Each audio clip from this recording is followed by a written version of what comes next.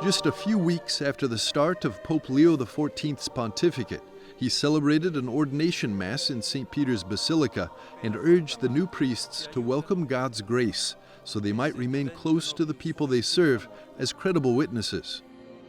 Father Andrea Alessi was one of those priests ordained by Pope Leo XIV. Sì, lo prometto. EWTN correspondent Valentina Di Donato spoke with Father Alessi to discover the experiences that brought him from military service to the holy calling.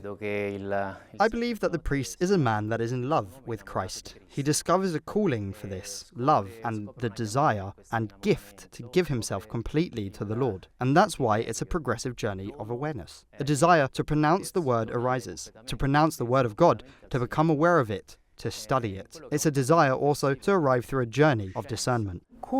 How did this happen to you and when? Io ho potuto fare delle esperienze di avvicinamento che mi hanno permesso poi. I was able to have some experiences of drawing near, which then allowed me to come to that decision where, yes, I desire to give myself to the Lord. Yes, I desire to enter the seminary freely and joyfully. About 2 years earlier, I had done the Camino to Santiago de Compostela, and during this journey, which I did alone, I was able to reflect on what my life had been. And this reflection happened in the light of prayer. I would leave in the morning from the hostel where I had slept, and spontaneously, I would begin to pray the rosary. I would start to reflect, to thank God, and a desire began to arise in me, though I didn't know yet what name to give it. Thanks to a friend of mine who used to go to a beach on the Roman coast, this beach had the special feature of being welcoming to everyone, giving access to people with disabilities. Above all, we would gather every day at 3 p.m. under a large cross to pray the chaplet of Divine Mercy and then to share the gospel of the day.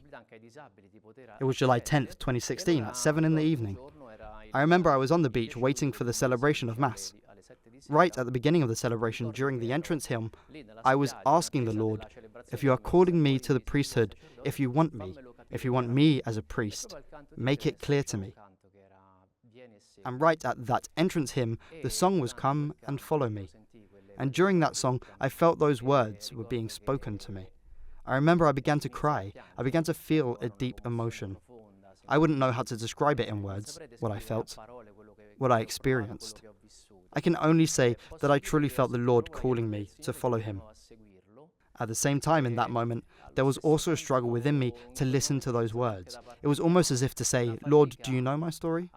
Do you know my life? Even my age, I was nearly 40.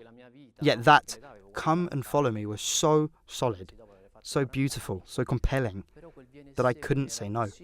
Solido, così bello, così attraente che io non ho saputo dire di no. Quel momento che ha sentito la And that moment when you heard the song Come and Follow Me, was that moment a confirmation for you? Diciamo che in quel momento. Let's say that in that moment, it was for me a response to a restlessness in my heart. And in that come and follow me, I recognized myself. I recognized that it was the word, the phrase my heart had been searching for, even though it didn't quite know what it was looking for. That come and follow me said, yes, this is what I've been searching for. Che consigli What advice can you give? Ma io credo che il Signore ponga quelli che sono. I believe that the Lord places in our path certain people, events, or moments through which he makes himself known, moments in which he becomes present. And then it's up to us to make a space for this work that the Lord wants to carry out in our hearts, to listen to him. And then, in freedom and generosity, to entrust ourselves to his word. Because, as a friend of mine used to say, with God, you never lose.